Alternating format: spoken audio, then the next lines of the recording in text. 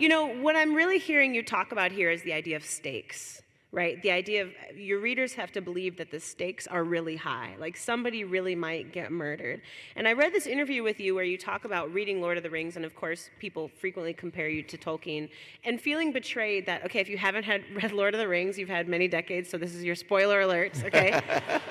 That after they throw the ring into the fires of Mordor and it's destroyed, right, that they come back to the Shire and the Shire is like getting sacked, right, the scouring of the Shire. And you talked about feeling betrayed, that the story didn't have a happy ending. But now you've gone on where basically all your you've become famous for writing iterations of the scouring of the Shire, right? And so it seems like part of what you're taking up for is the idea of keeping the stakes high. Yes, I do believe that.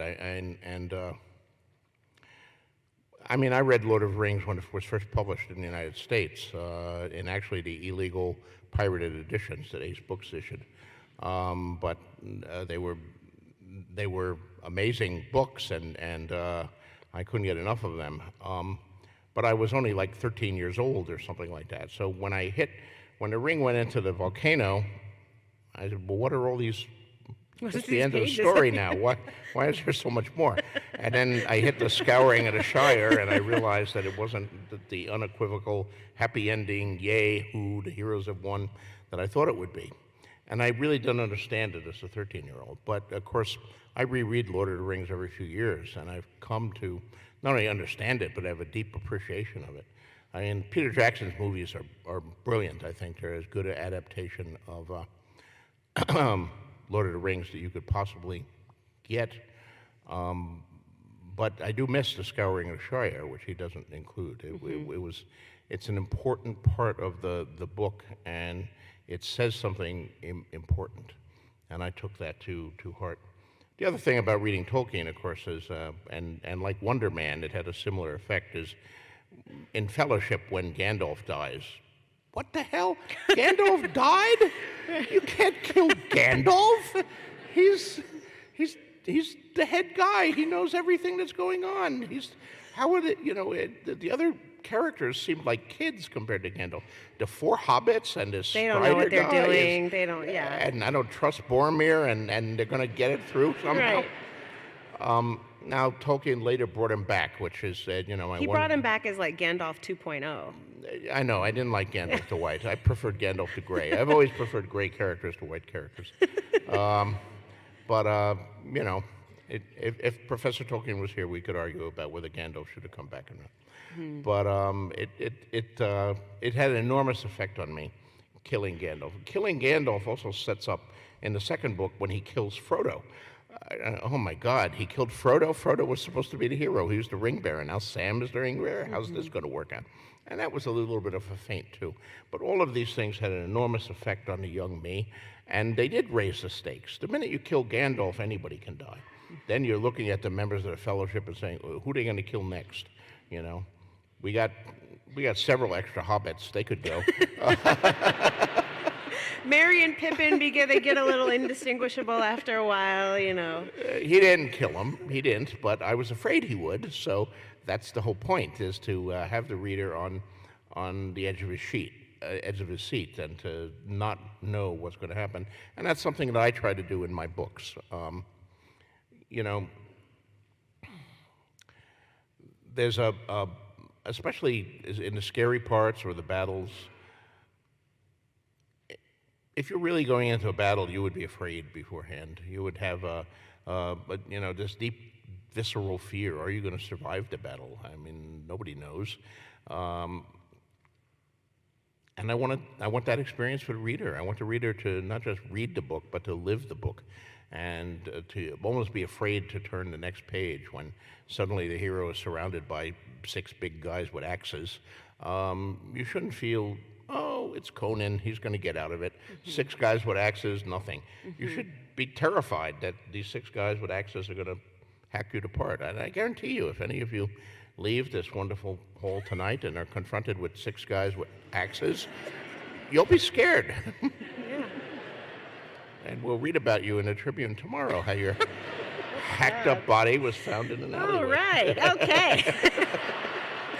So, So you mentioned the Wild Card series, which you've been editing for basically as long as I have been alive.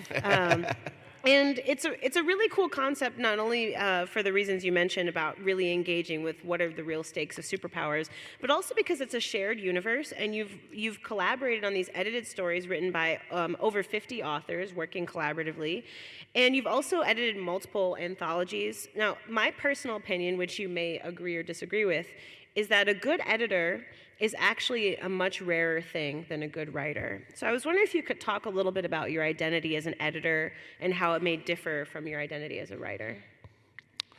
Well, I don't know if it's a rarer thing, but on some of the anthologies that I've done, anthologies like Dangerous Women, Warriors, Rogues, I had the great pleasure of working with Gardner Dozois, who unfortunately, one of my dearest friends in the field, he passed away last year.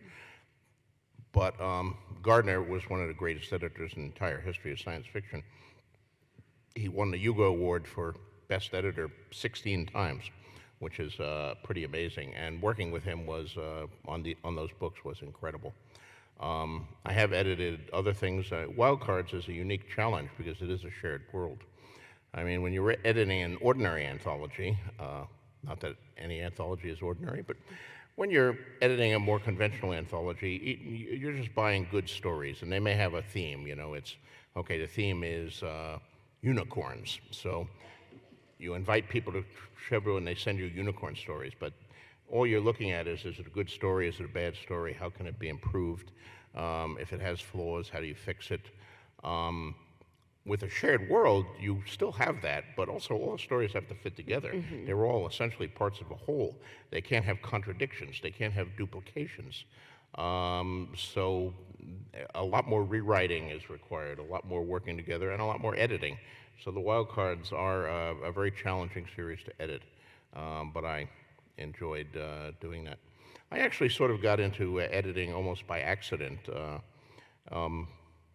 My first published book was actually a book I edited, not a book I wrote. At the beginning of my career, in 1973, I was nominated for the John W. Campbell Award for the Best New Writer in Science Fiction. And that was a brand new award given for the first time in 1973. Campbell had just died in 1971. And I lost that award. It was the first of many awards that I've lost over the years in the field.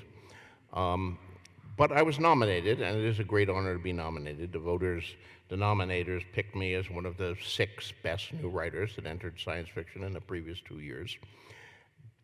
At the time, there was an anthology called the Hugo Winners, and there was an anthology called the Nebula Awards book, but I wasn't nominated for them yet. But there was no anthology for Campbell Award nominees.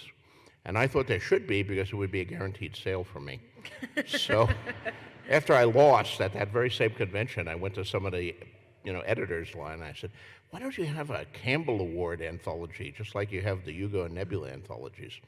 And I thought, somebody famous would do it and I could sell them a story. It would be a guaranteed sale for me. Instead, they said, oh, good idea, you do it. So suddenly I found myself editing a book. I didn't know anything about editing books, but I learned on the fly, and I did 6 volumes of the series that would be called New Voices, ultimately. And that was my introduction to editing, entirely by abstinence. So, watch out if you suggest anything to someone. They may say, hey, you do it. It's a good idea. And suddenly you'll find yourself working with some people.